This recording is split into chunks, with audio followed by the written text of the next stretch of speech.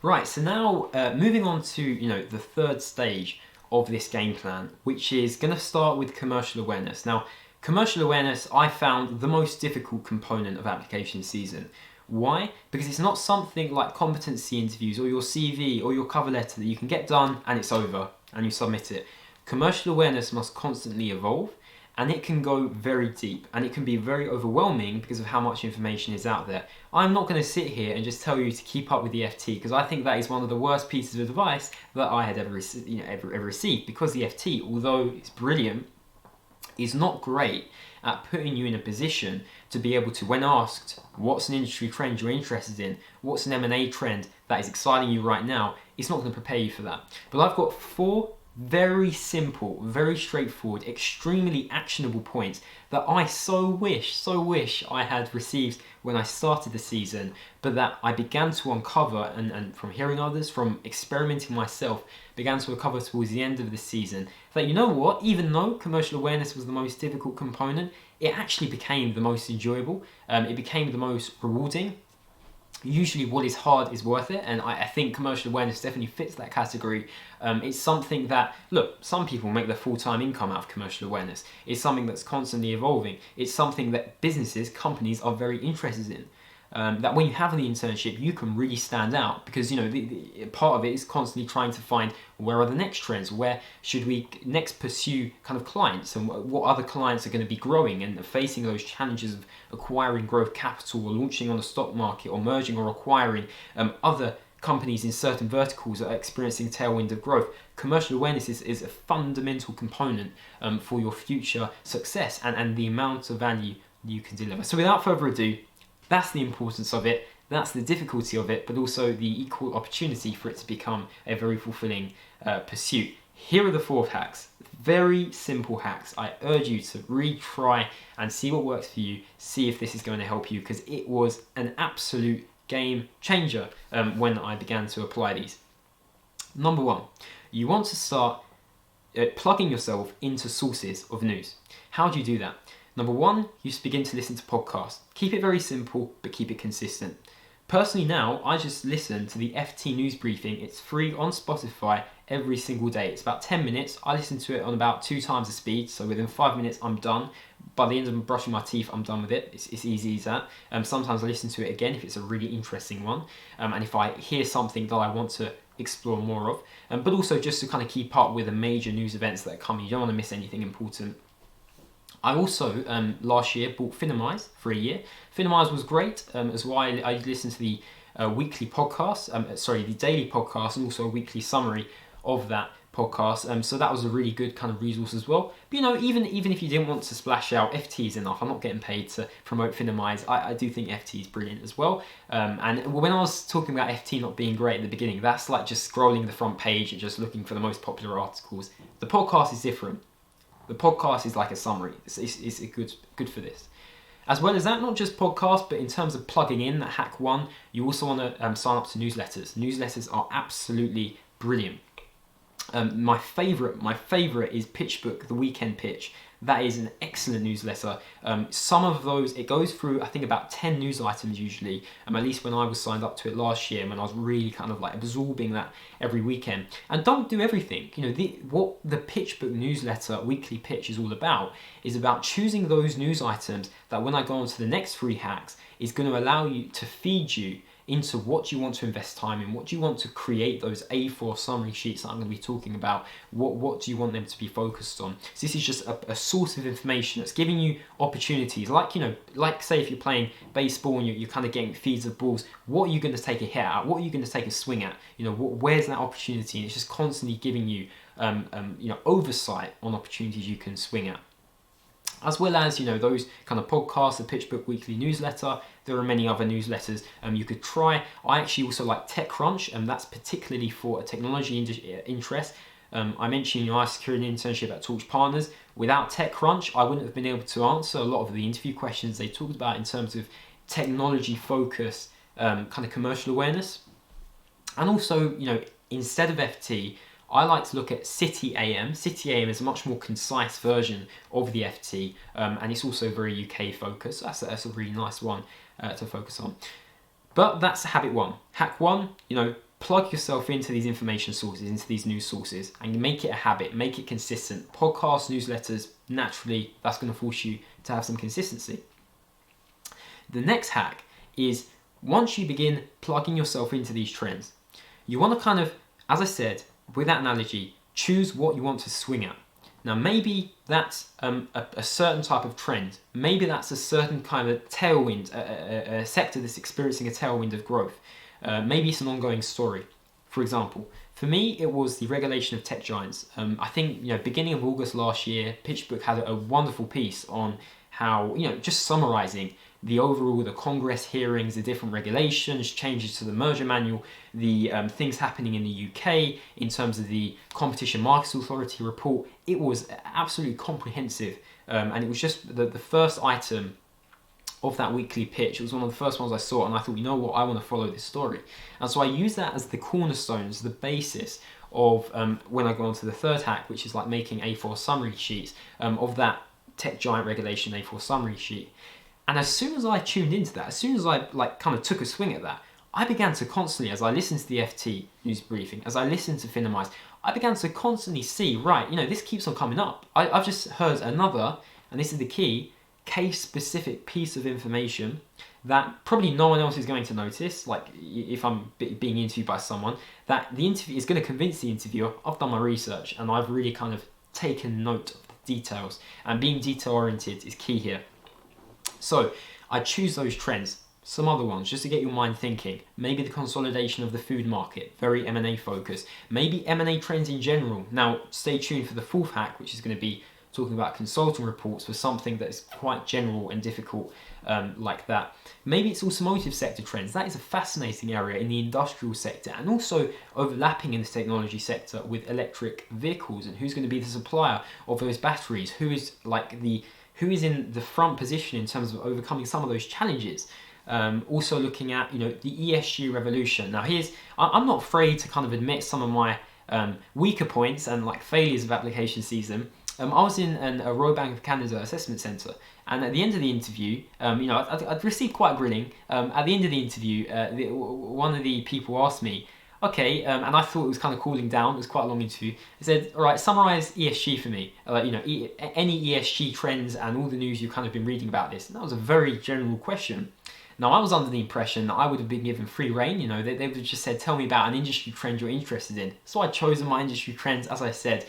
But I also urge that you kind of cover the basis, the basics. For example, the ESG revolution, you should have an A4 summary about that, even if that's interesting to you or not interesting to you. Whether you like it, whether you're not, it is undeniably a massive area, and a lot of people are going to profit from it. A lot of businesses are very interested in how they can fine-tune and tailor their approach towards that. So that's another area you really want to know, that there are some prerequisites, are some topics you want to hone into. Okay, so I've covered two so far. That's your plugging yourself into podcasts and newsletters.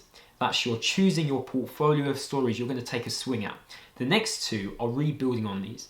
The first one is creating A4 summary sheets, and the second one is using consulting reports to just really add a layer of depth and a deeper insight into your commercial awareness stories. So, A4 summary sheets.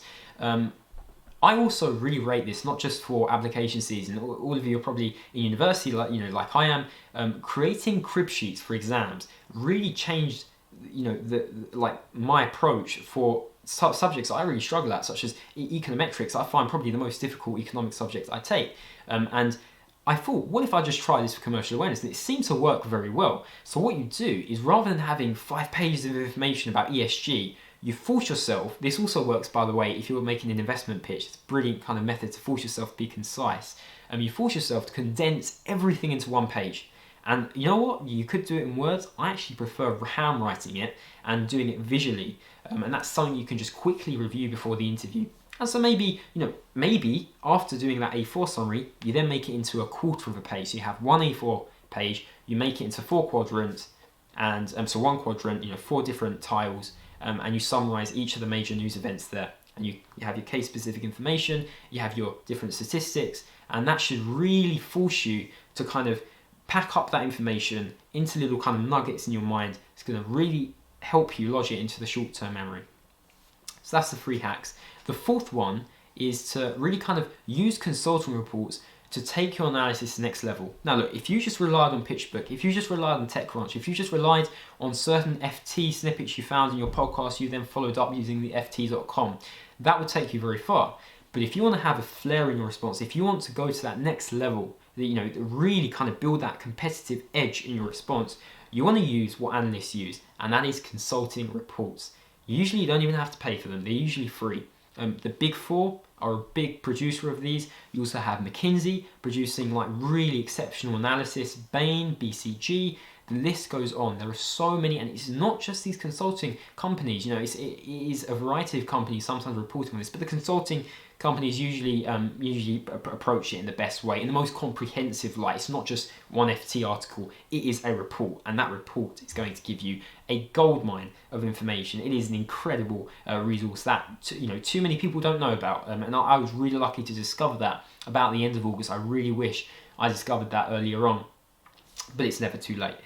So that's what I would use to kind of build that analysis. For example, especially M&A trends. Where do you start with M&A trends? How do you cover everything? Just type in consulting report M&A trends, and you might have to search a little bit. It won't just be given to you straight away. It's not the usual thing for people to Google, so you're going to have to look in a little bit. Go to the second page, look at certain. I used to find the Big Four, so EY, KPMG, Deloitte, PwC, never used to provide as many statistics, but used to provide excellent qualitative analysis. Some of the other consulting firms produce more statistical analysis. Maybe I was just looking at the wrong reports, but that's what I found. Experiment, play around, see what works for you. And I promise, if you harness those 4 hacks, 1, listening to podcast newsletters, reading newsletters. 2, choosing the specific things you're going to take a swing at. 3, making these A4 summaries, and 4, using consulting reports to harness those summaries.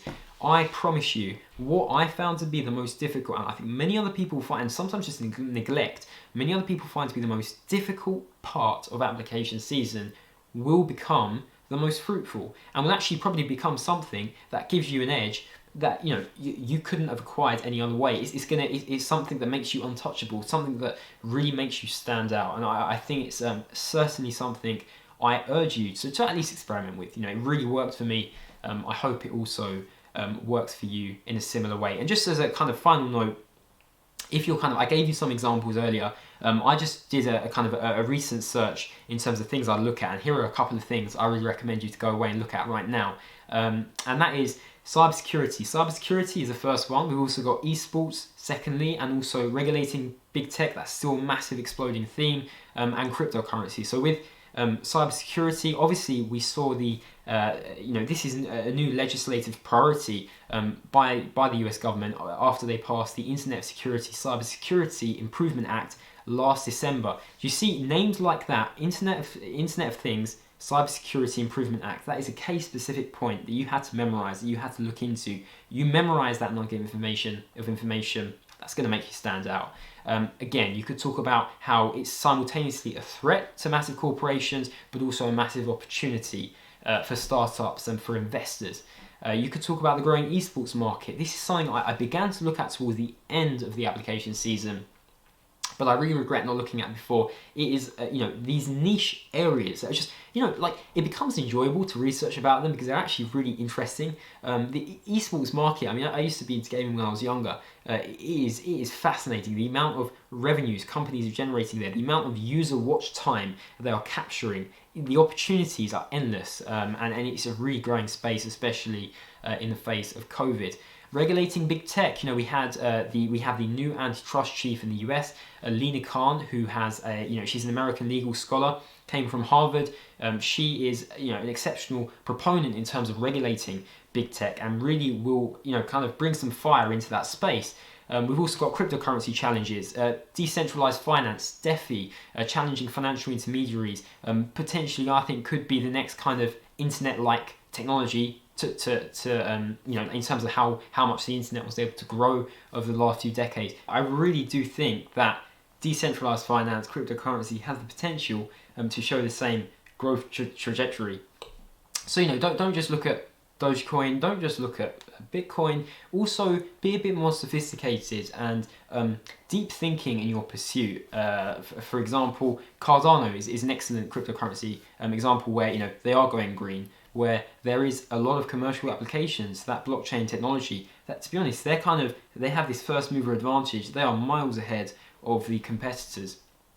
That is an interesting case study to really look at and really explore some of the other facets of cryptocurrency as an overall case rather than just as a fad. And that is really going to show a much more authentic approach.